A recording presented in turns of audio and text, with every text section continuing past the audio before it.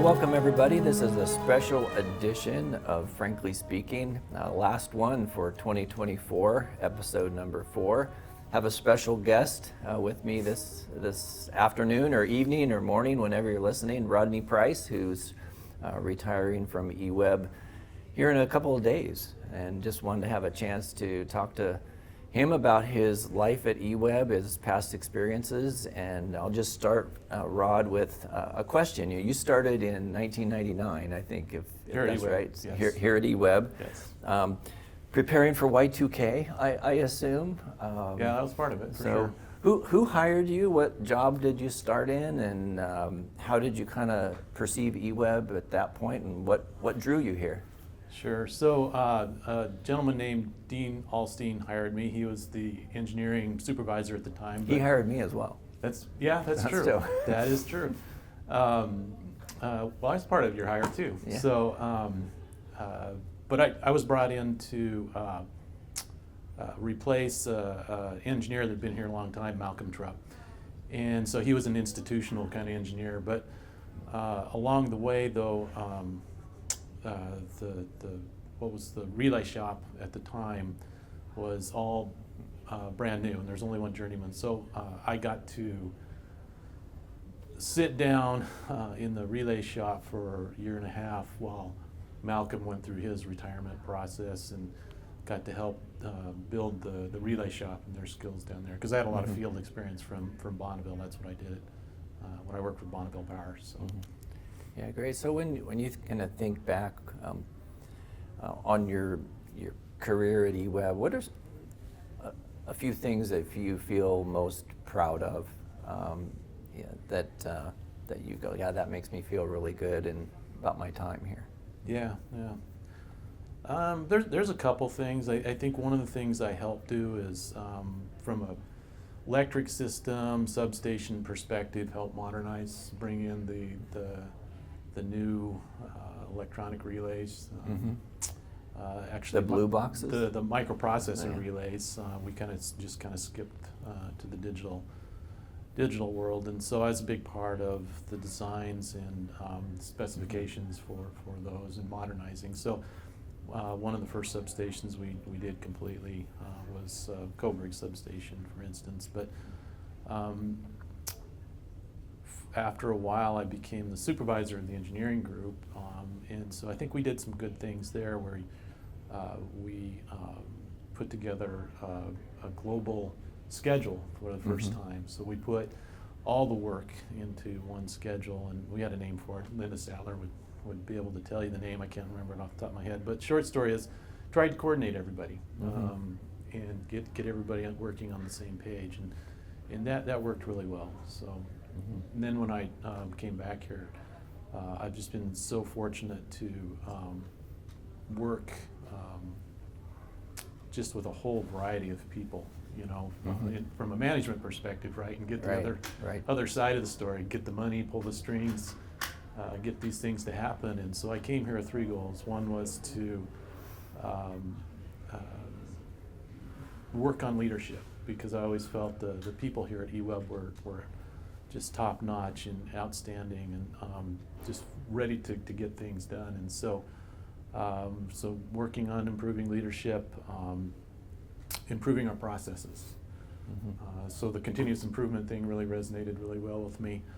And then basically getting more money to reinvest in the electric system. And then through a series of events, I was fortunate enough to also be involved in the water system. So when I look back, I see all those things happen, and so I feel like I've had a part of that. So, yeah, I know one thing I was really impressed with.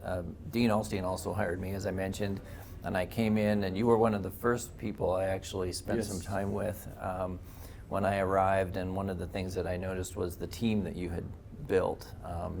Philip Peterson, for example, Leon Atkinson, Linda Sattler. There was a really good team, and I think if there was one thing that I really appreciated about what you had done, it was put the right people together and give them the opportunity to succeed. And so really wanted to make a comment about that. But you, in your transition, so over time, you have had this transition from a very technical position now into a very global position inside the organization.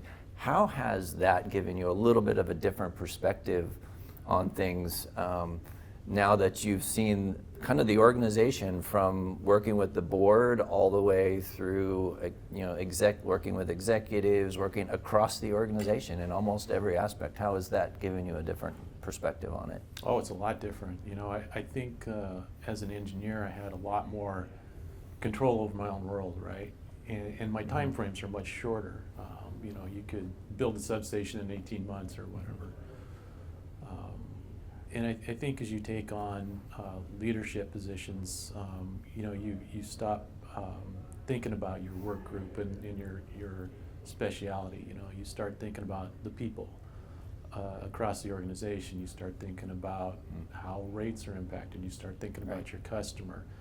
And you start blending these things together to create a better solution. So I still kept the same goals, but now realizing that it takes money, right? So how do you talk to the board to get the money, and what does it take to get the right people in place? And in a way, I was going to say it's a lot like engineering, right? It's just there's a black box there, right? So there's inputs and outputs, and so I was just able to work with some really good people and transition my black box from being a blue box in the substation to a more global EWEB machinery kind of thing. So yeah, interesting. Well, we'll get to your plans coming up here in a second, but I just wanted to ask you what you see as maybe some of the biggest opportunities or challenges because those kind of go hand in hand for the organization as you see going forward. What are some of those things, and what advice would you give us? Sure. And I think hopefully, if anybody's listening to this will not be the first time they've heard this, but you could not ask to work at EWEB at a better time. If you look at the things that we're doing globally, we just completed the EES, for instance, so business processes, starting from scratch, a whole new system of CIS and all these enterprise solution things, starting from scratch. New water system, basically, right? The water tanks and the treatment plant just got finished, and the second source. Electric system, which is why I came back here, being refurbished from ground up. How we buy our power and how we trade, all this stuff to do with that. If you look at the workforce service component of it, the world has changed completely on the outside from what employment looks like, what benefits look like. So we got the HR team, the workforce service component is all new. And all these things bring opportunity, I think, for individuals and for the organization. So, man, this is just an outstanding time to work at a utility, and especially EWEB. We've talked about, EWEB's a little big company now, and so SAP. The things we're doing. The fun size. We're the fun size. What do you call it? You've got a name for it, the fun size. But there's the opportunity to do some things in the energy world that most utilities just don't get those opportunities. So so there's just, to me it's fun, challenging, exciting, so exciting that I'm going to go play golf. Well, that leads into the next question, which is really kind of what are your plans? What do you want to do now? I'm a bit envious that you're getting to do this, and I'll meet you on the course one of these days. But what are your plans going forward? I'll definitely look forward to golf. Plans going forward are really pretty simple right now.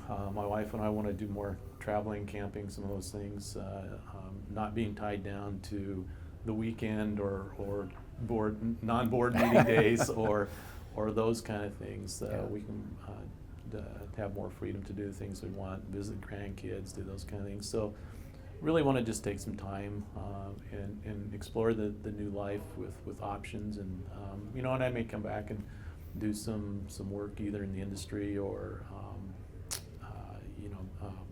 my wife and you've talked about, like, I could be on a board, or there's just so many opportunities, and again, I've been so fortunate to be in the position from every position in the company, and I really appreciate those opportunities you've given me, and because I do have some perspectives that I think are useful for other companies and organizations that I might be able to share. So we'll see. Yeah. Well, just appreciate it, and I'll just kind of finish by talking a little bit to the camera, a little bit to you. You've been a really valuable part of EWEB, and for a number of years, personal ally, a thought partner, debate partner. I think it's important to understand that we don't always agree on everything, and I think but to get and understand your perspective has been incredibly valuable for me. I know it's been valuable for the organization. I just want to thank you and wish you well. And like I said, I will be out on the golf course with you one of these days, and we'll talk about the old times at EWEB. We went from Y2K to a pandemic, so at some point there was some continuity there, not quite what we expected, but Yeah. Thank you, Rod, very much, and on behalf of the organization, I want to wish you well. Oh, thank you. Appreciate it. Yep, thanks.